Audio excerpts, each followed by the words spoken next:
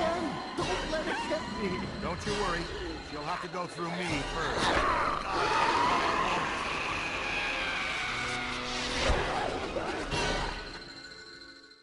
The trailers for the new Ghostbusters movie just came out yesterday. Not the one that we had all hoped for would happen for decades. You know, the one where Aykroyd, Murray, and Hudson got back together and strapped on the old proton packs. No, this is the one with the all-female cast. Huh, you wish. Keep dreaming. Getting closer. There we go. Now, I won't spoil the trailer for you, and I probably can't show you clips because of YouTube and its DMCA happy little Hitler bots that lurk behind the scenes, but I'll leave a link in below bar in case you really want to take a look at it. Personally, I'd recommend doing something more productive and less painful with your time, like striking yourself repeatedly in the nuts with a glowing hot tack hammer, but that's up to you. In fairness, the trailer really isn't that bad. I mean, it looks just as good as the original, except, you know, minus the coolness factor, the comedy, the talented actors, and the subtle humor replaced with stereotypes and ugly slapstick.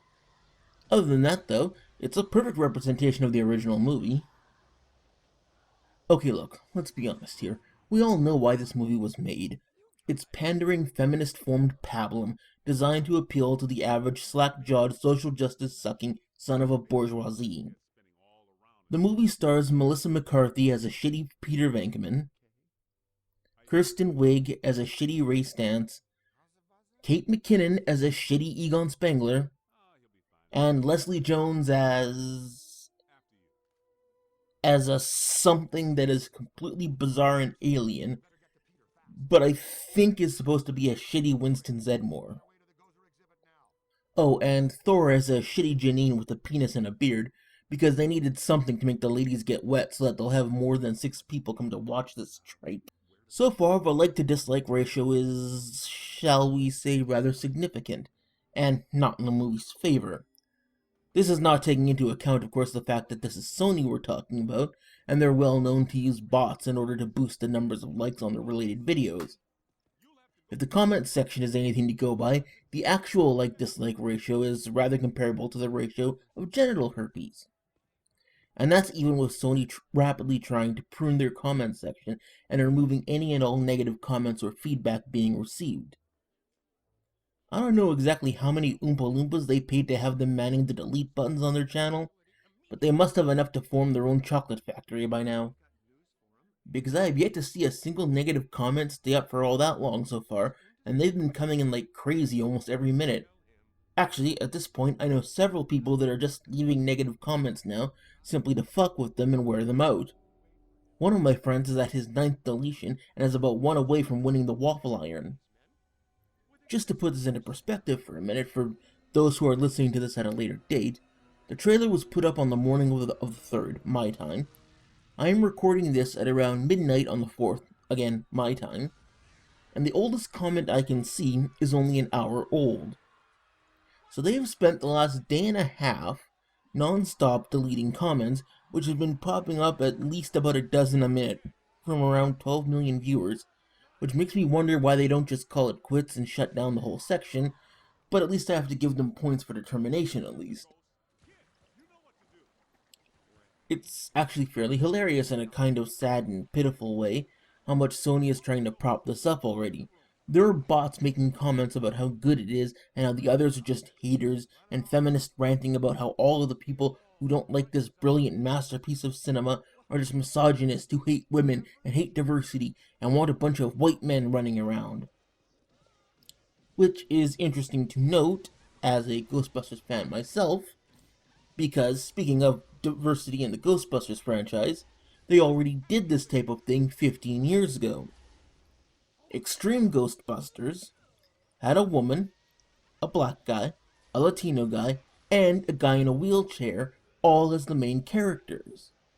That is, all 4 of the show's protagonists was each a member of a different minority group. The only thing is, and this is the important part, Extreme Ghostbusters didn't suck! To give you an example of the mentality of this video, I'll harken you back to the opening of the original movie.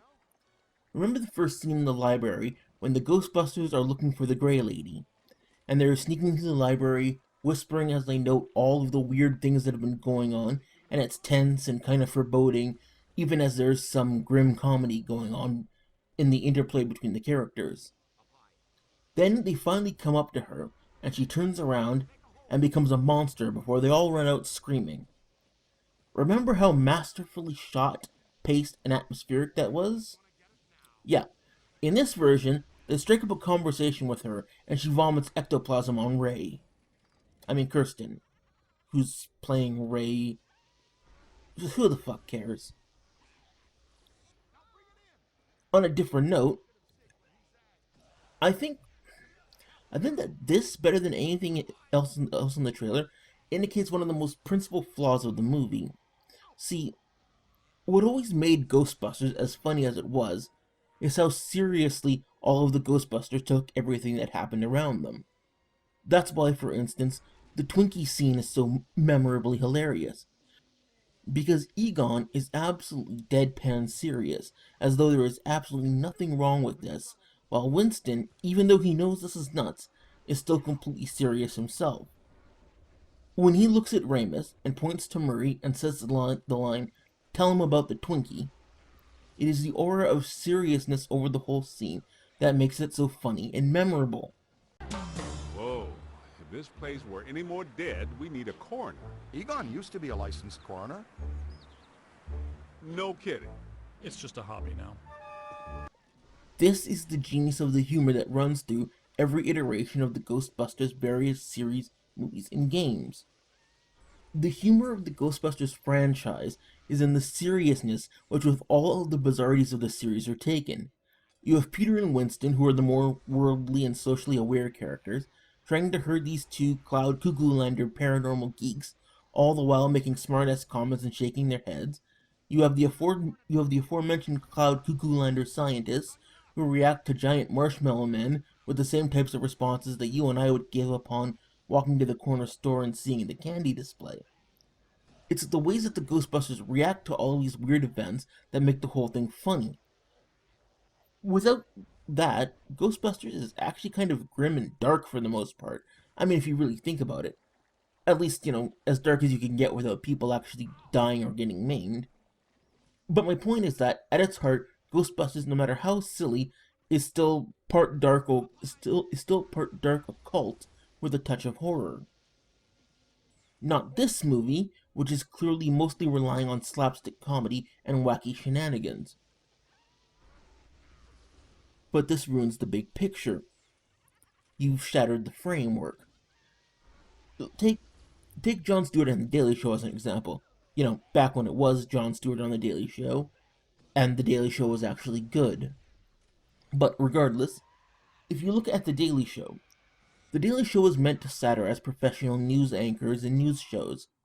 So Jon Stewart looks like a news anchor, talks about the same sorts of news as real news anchors, but gives it a funny twist that pokes fun at both the mainstream media and anchormen in general.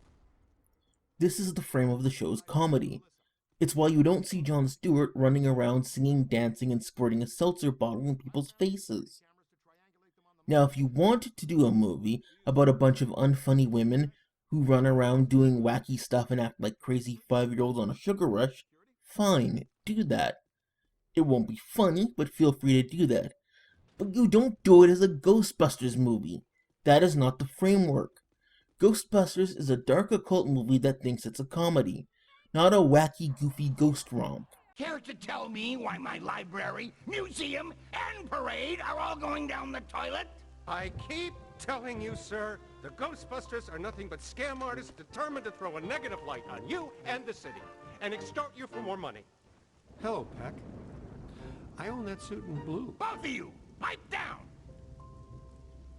Mr. Mayor, an enormous event is on the horizon. Something at the museum exhibit triggered a systemized psychic occurrence. Some mechanism we don't know the nature of yet. No, of course you don't. But it's feeding enormous energy somewhere. Something that's now in the process of breaking down the walls between our world and another one. This other world is crossing through into ours. It started with simple ghosts and animated monsters. Now it's getting bigger. We don't know exactly what's next, but there's only room for one city here in this dimension. Two physical worlds can't exist in the same space. That's just elementary particle physics. We got a glimpse of the other world, Jock. It ain't pretty. It's like Brooklyn and the Bronx, with no Queens in the middle. Whole city blocks sinking into a fifth dimensional abyss. Cockroaches the size of polo ponies. Panic in the streets. How'd you like disco to come back? Bigger than ever. I get it. We're in trouble. So what am I supposed to do? We need to prepare the city for the The worst. city's my responsibility, not yours. Now go do your job and stop that thing. Actually, it occurs to me that this may actually be at least a part of the answer to my ongoing question of why feminists seem to just inherently not be capable of being funny. It's because feminist humor is basically just flailing around being wacky for attention-whoring purposes, going, look at me, I'm so fun and wacky, aren't I funny? And attention-whoring really seems to fit this movie and its actresses, at least as far as the actresses are portraying their characters in this movie. If the trailer is anything to go by, because there is not a single thing in that trailer that showed any degree of subtlety. It all reeked of trying way too hard. Every time the actresses say a quote-unquote funny line, you can almost imagine the flashing laugh sign above all of their heads as they pause briefly for the guffaws. They don't seem to grasp that there's a difference between being funny and acting funny, or that wit and humor are not necessarily interchangeable concepts. Of course, that's because I'm a horrible and terrible He-Man woman hater, according to the feminist narrative that's already popped up. A plethora of articles, obviously written days or weeks in advance of the trailer actually being released, started popping up within an hour or two of the trailer appearing. The most prolific of which is the Mary Sue, which has shifted gears into full femtard mode, with articles proclaiming that women should go to hell for not seeing this wonderful display of female empowerment. To articles complaining that the black woman who plays Winston, no, I don't know her name and I don't really give a shit, does not have a PhD like the other white characters, and how this is a throwback to old racial stereotypes about black people, proving that even when you give social justice warriors exactly what they want, they never stop asking for exactly more. As said in the Mary Sue itself, the unfortunate implication is that audiences wouldn't buy it if a black actor played the smart one and got to have actual technical expertise, unless it's made into the joke rather than set forth as realistic. She is right on this one, actually, I have to admit. It is a sad thing in Hollywood that you can never ever see a black man cast as the intelligent one, or in a role that demonstrates intelligence or technical expertise. We are always the dumb working types who get to help the smarter guys, but we are never ever portrayed as being intelligent ourselves. We're never intelligent, never the charismatic heroes. It sucks. Oh well, what you gonna do? Anyways, my favorite though of these comes from Fusion magazine, in an article written by Molly Fitzpatrick. She gives a rather thoughtful, nuanced, and articulate assessment of the kinds of people who are complaining about the new Ghostbusters. Baby men liked old movie that baby men saw when baby men were babies, before internet was place where baby men could put angry baby thoughts. New movie no have men, have women. Women confuse baby men. Women not men. Women not men all. And, in case you're thinking that I'm taking this part out of context, I'm not. What I'm showing you on screen right now, that is the entire article that was written and put out by Fusion. That's it.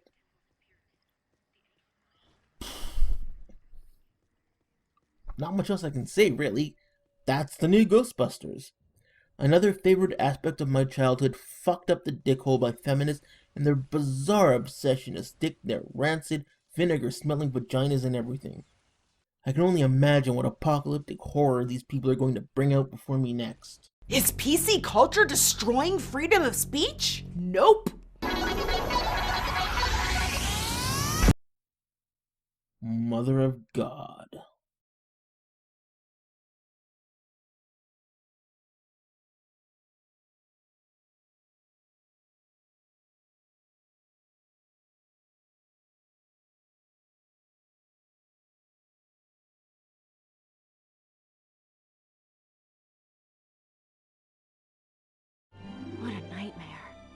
thank you. Not the words a rescuing hero wants to hear from his damsel in distress. May I say, your eyes are much prettier when they're not glowing like hot coals. Peter, I've made an extraordinarily frightening discovery. Why don't you all go away? All my data indicate that the ghost world is beginning to push through multiple cross portals from their dimension into ours. Well, more overtime. Guys, look. Now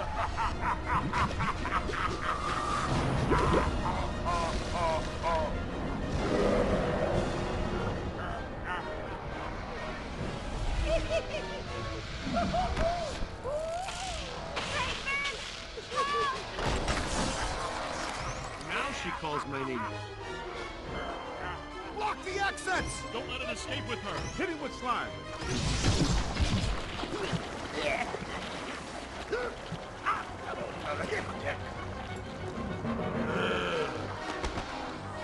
Winston, get the lady out of here before he hits on her again.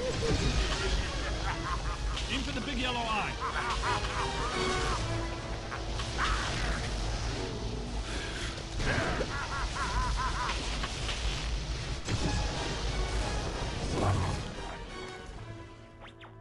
Who wouldn't like to have that superpower?